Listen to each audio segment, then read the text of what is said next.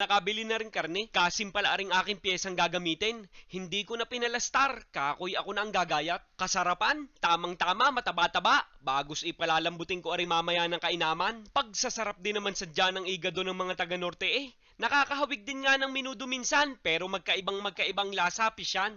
Sasama-samahan mo naman muna ako sa paggagaya at huwag ka munang mainip. Wala ka pa naman yatang gagawin, tsaka wala ka naman yatang lakad. 2 kilo pala yung nadilihensya kong karne. Bagos ikalahating kilo naman aring ginagayat kong atay. Titimplahan ko na rin saglit aring laman. Maraming paminta at toyo lang naman. Simplehan lang muna tayo ngayon para klasiko ang lasa. Lamurating ko na para kumapit ang timpla. Ayos na re, tago ko muna sa ilalim ng aking kama. Pagsamahal na ring bell pepper 75 na ang isa. Aba, para na rin ginto, kaso mo'y kulay pula. Hiwain ko lahat ng materyales ng pahaba para magtugma-tugma, para maganda sa paningin, mas lalong nakakatakam. Isa rin lang naman akong typical na Pinoy, ulot na ulot sa mga pang-ulam na disarsa. Wala na rin kaumay-umay, ay paaanin pag-aaya rin ang nakasanayan. Kaya ngayon, ituturo ko sa iyo para makapangain ka na rin kahit walang handaan. Pangbahay na recipe, pwedeng-pwede kahit normala na araw lang. Ari na ang panghuling gulay, karot na laang, at kita na'y magsasalang. Garnilaang naman ka-basic magluto na reti mo. Kaya are kahit grade 1, mainit na kawali, agad ko minantikaan. Gagawa muna ako ng anato oil o yung aswete oil. Bahala ka na kung anong gusto mong itawag dyan. Basta rin mabilisan laang. Bawang na may siling almoranas para semi-pakloy ang uso pag minamalas-malas. Sibuyas at apakaganda naman sadya ng kulay, pisyan. Gisadong garantisado, sabay lagay na ng nakababar na karne at ng maisang kutsara. Hahaluin na lang rin ng paalalangan kahit na paiwa-iwarang. Wag lang masusunog ang ilalim. At tunay na malaking problema yan. Hahayaan ko muna siya diyang magsabaw, kaya tatakpan ko muna para siya ipagpawisan. Magme-minor muna kita sa apoy at tuong baka mapayabang. Open the close at iyan na.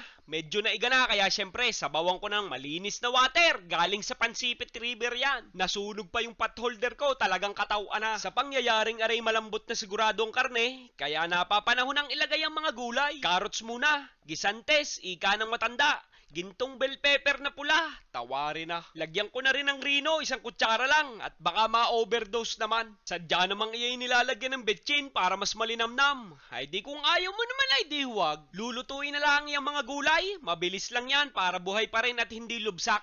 Iisang taklob na lang yan at promise, ilalagay ko na ang atay. Makalampas lang sa half cook para hindi matigas, tapos lalagyan ko na rin ng suka yan. Yan na, may igado ko na. Tignan ang itsura. Naamoy mo na ga. Ang gusto ko din ilalagay ko sa Tupperware yung tira. Ilalagay ko sa freezer. Ay di kuha na lang ng kuha. Iyon na rin isang mangkok.